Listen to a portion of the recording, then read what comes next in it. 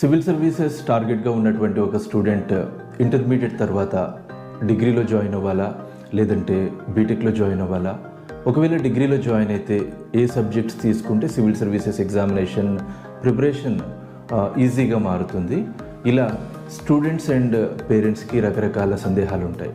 కొన్ని సందర్భాల్లో కేవలం సివిల్ సర్వీసెస్ ఎగ్జామినేషన్ ప్రిపరేషన్ కోసమే స్టూడెంట్ తనకి బీటెక్లో జాయిన్ అవ్వాలనేటువంటి ఆలోచన ఉన్నప్పటికీ ఏ బీఏ కోర్స్కో షిఫ్ట్ అవ్వాలి అని తన అకాడమిక్స్లో చేంజెస్ చేసుకుంటూ ఉంటారు.